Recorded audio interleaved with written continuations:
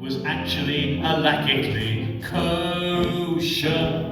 In a luxury city centre flat, he chopped them out for the judges and the surgeons and the northern glitterati, like the children of Israel when they built the golden cow. Say what you like, he threw a hell of a kosher klezmer party on the Friday night table. It was piled high.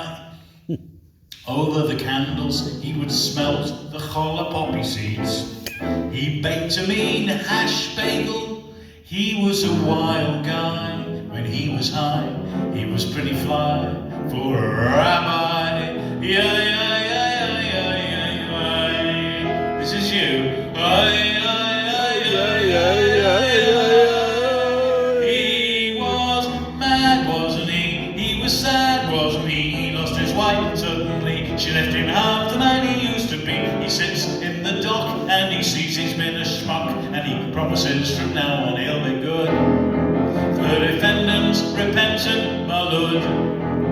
He swears it on the Talmud, and the judge gives Baruch a slap on the tuch. He says, you're not just a bad, bad guy, you're a very bad, bad rabbi.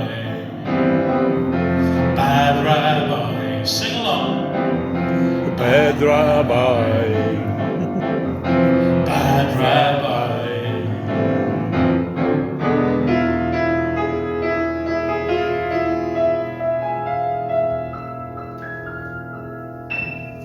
Rabbi Baruch Halamesh was learned and wise. He studied at a yeshiva in old Yerushalayim, and every day he'd argue till the tears were in his eyes about which foods could be eaten, should be chopped or mashed or beaten, and which oil it was permissible to fry in. And you mustn't boil a baby goat up in its mother's milk. Where's it written? It's forbidden to use coconut or soya. They're devils for the teacher, Rabbi Baruch and his ilk. They're like union officials in dispute with their employer. Every hour on the hour, a lady from the street would press the buzzer and ask to see the rabbi, please. And he'd lead them to the bedroom and he'd say to them, my sweet, my life would be complete if you'd peckle my schmeckle through the hole in this sheet.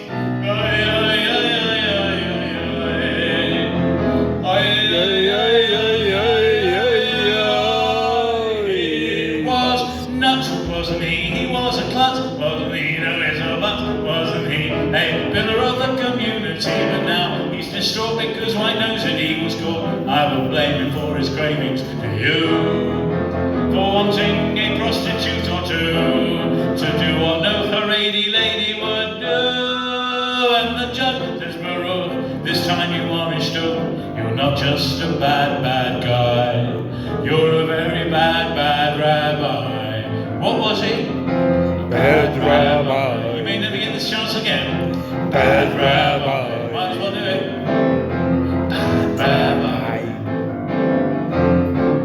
Is it good for the Jews when we read it in the news? How we worry, how we scurry, how we cringe.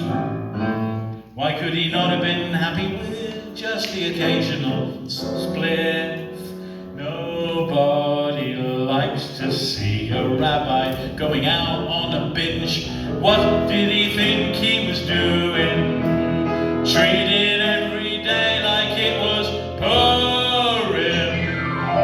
Rabbi Baruch Halamesh, an example to us all, be way ye holier than thou. You could end up in his condition. The strong do weaken and the mighty do fall.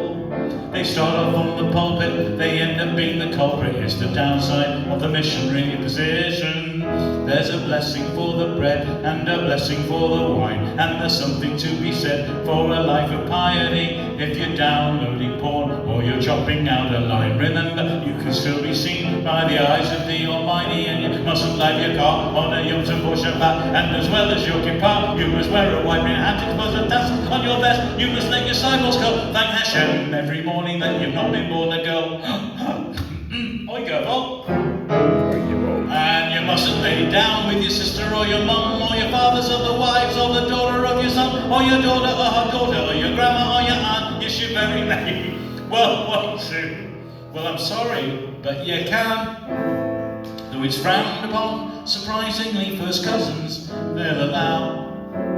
But not the sheep, or the goat, or the chicken, or the cow. If you must drink in Starbucks, use a paper cup. But the panini BLT is a thrill you must give up.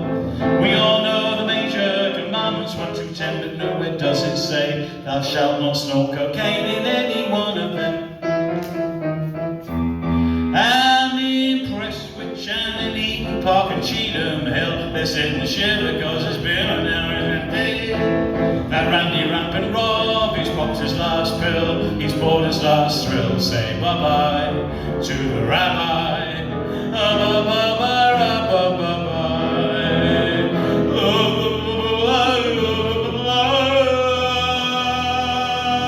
He was wild, wasn't he? Like a child, wasn't he? He was reviled.